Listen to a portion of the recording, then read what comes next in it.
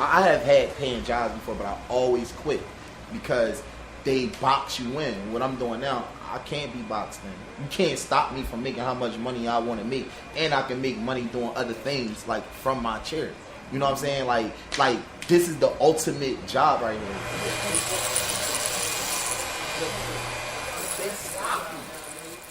I know a lot of minorities is lazy, right? For one, you know, lazy to the point where, like he said, instead of going to seek the answer, they just expect things to fall in their lap, and then they blame other people. You know, whereas a lot of folks out here that might take their destiny into their own hand. Now, have I ever been in a situation where somebody made more than me and I complained about it? No. No, sometimes people got more experience or more education or just who they know. A lot of people just let it pass. I mean, they'll complain about it, but not to the right people. And just be subtle with shit. That's the problem with us, too. We just be subtle with peanuts that we got. We comfortable with that. And it ain't cool.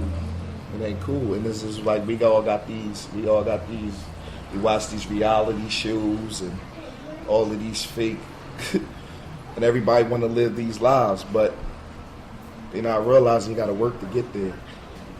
Us, out of all people, we should know how to do that. We came from that. You know what I'm saying? Yeah, that's all I got to say about that situation.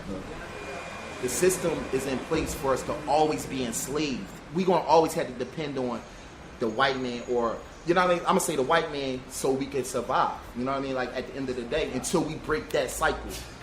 We got so much style, so much swag, so much, we design so much, we've been stole from so much. And we just allow it. We sit back and allow it.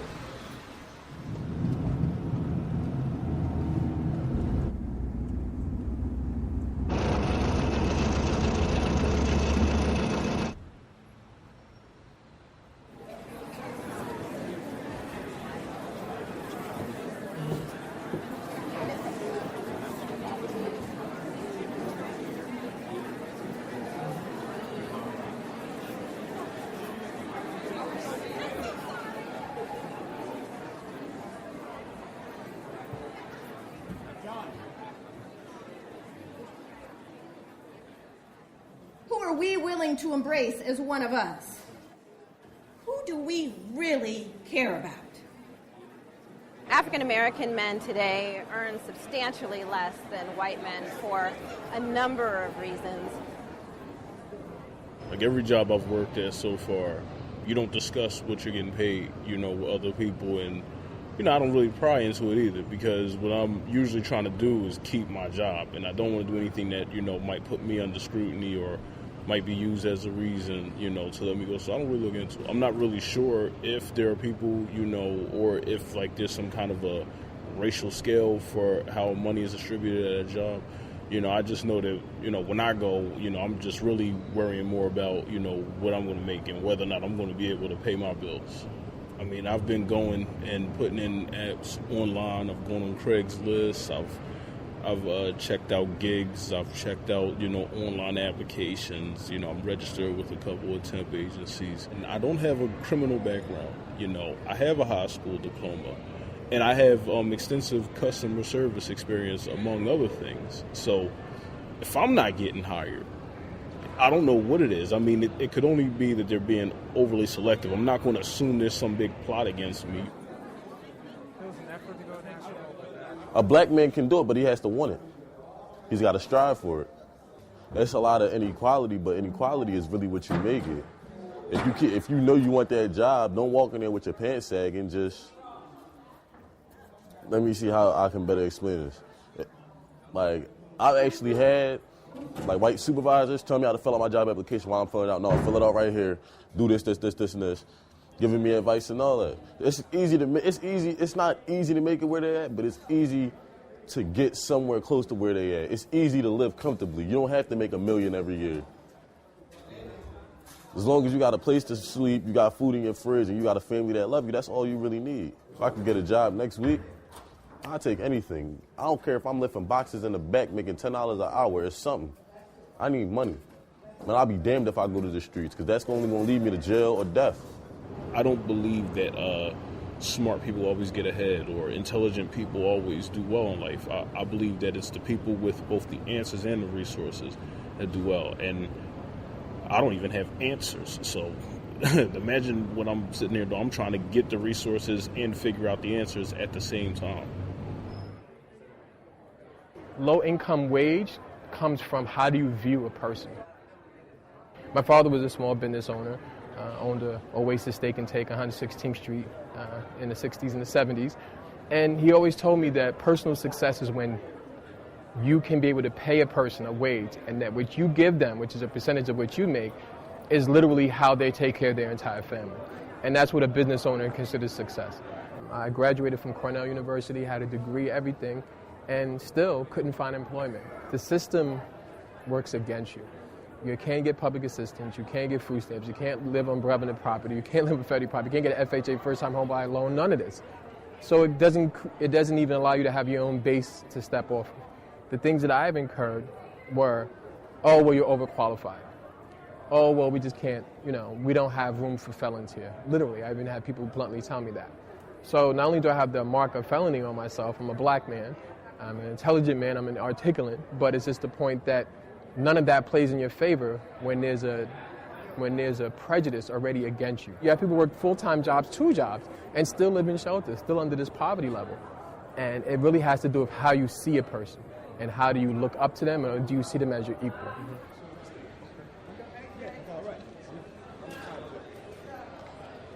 I deal with a lot of juveniles because I ask majority of them, what do you like to do? What would you want to do moving forward?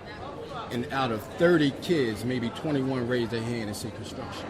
You know what I'm saying? And they're at a young age. You're talking about 13, 14, 15-year-olds, right? If I walk through, I visit a lot of hot spots in the city of Philadelphia and talk to guys on the streets, right?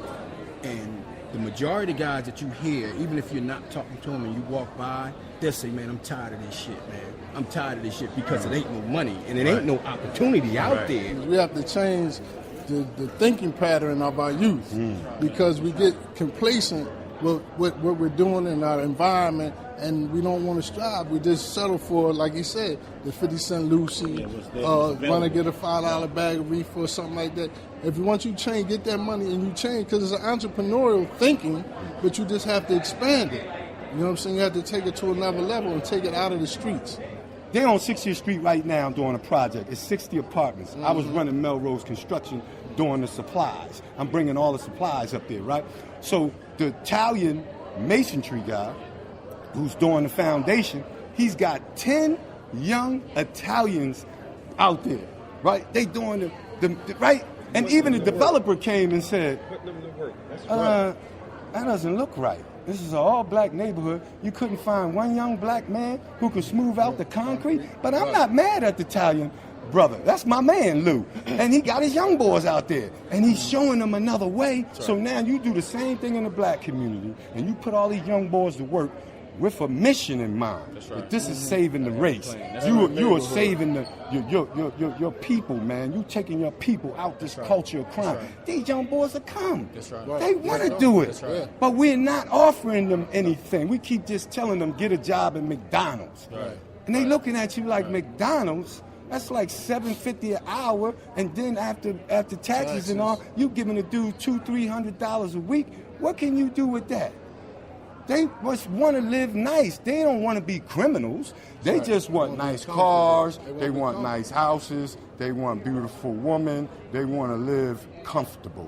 They want what everybody wants. They want the American dream. Right. But we're not giving it to them. Right.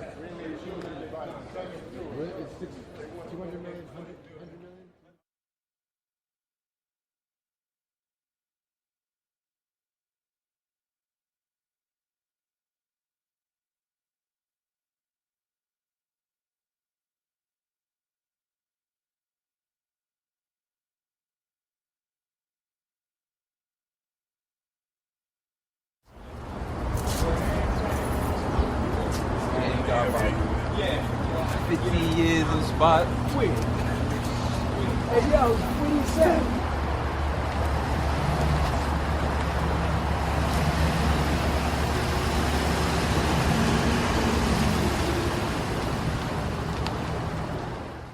you've ever tried to figure out why black men are so far behind economically, the answer lies in a hard truth. At almost every point when the United States has invested in economic opportunity, black men have been left out. Today, black men earn $6 an hour less than white men, are 3 times more likely to live in poverty, and are 10 times as likely to go to jail as white men. These stats are the result of policy choices we've made for over 100 years. Here are some key turning points. At the height of the Great Depression, when nearly 1 out of 4 Americans were out of work, President Franklin Roosevelt implemented the New Deal to end mass joblessness. Yet the government economic programs to do so targeted white men. Social Security, which started during this time, is arguably the most important anti-poverty program in the nation's history.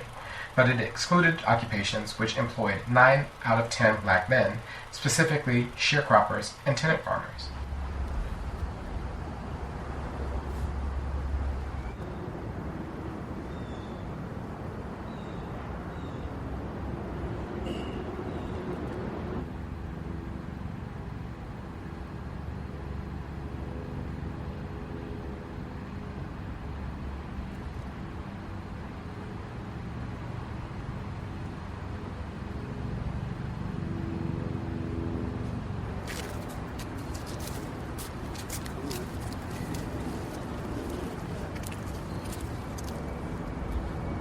Just 10 years later, the United States decided to provide economic opportunity for the 15 million men who had fought in World War II through the GI Bill. But the GI Bill shut out 2 million black men who had done the same.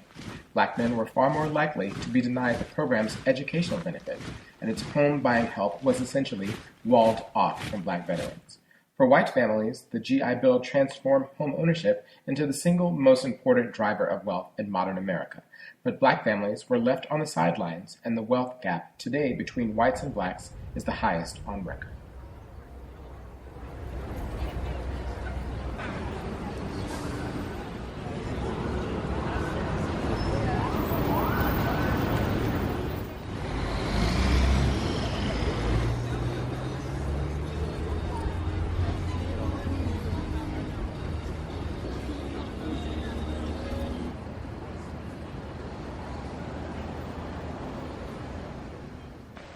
And this administration today, here and now, declares unconditional war on poverty in America. But the missed opportunities didn't end there. In the 1960s, President Johnson launched the War on Poverty, which he declared to be a, quote, down payment on economic justice. At that time, half of African Americans lived in poverty. Black men were unable to access many of the elements of the War on Poverty, however. Take Medicaid, for example. Declaring access to health care as an essential part of economic development, Johnson created the health insurance program. But Medicaid's eligibility rules essentially limited the program to mothers and their children, an inequity which continues to this day in many states. In 2014, black men have among the lowest life expectancy of any group in the country.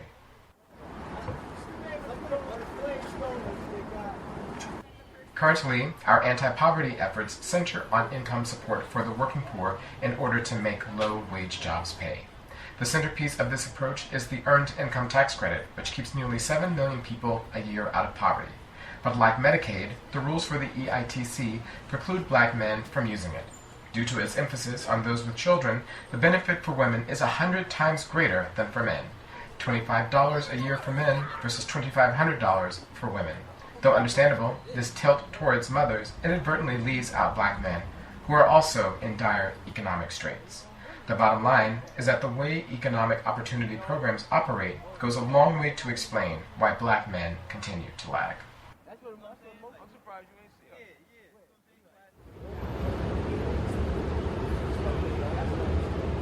Overall, the government's anti-poverty efforts are effective and keep more than 41 million people each year from being poor. The point here is that they could help many millions more if the rules were changed to include black men.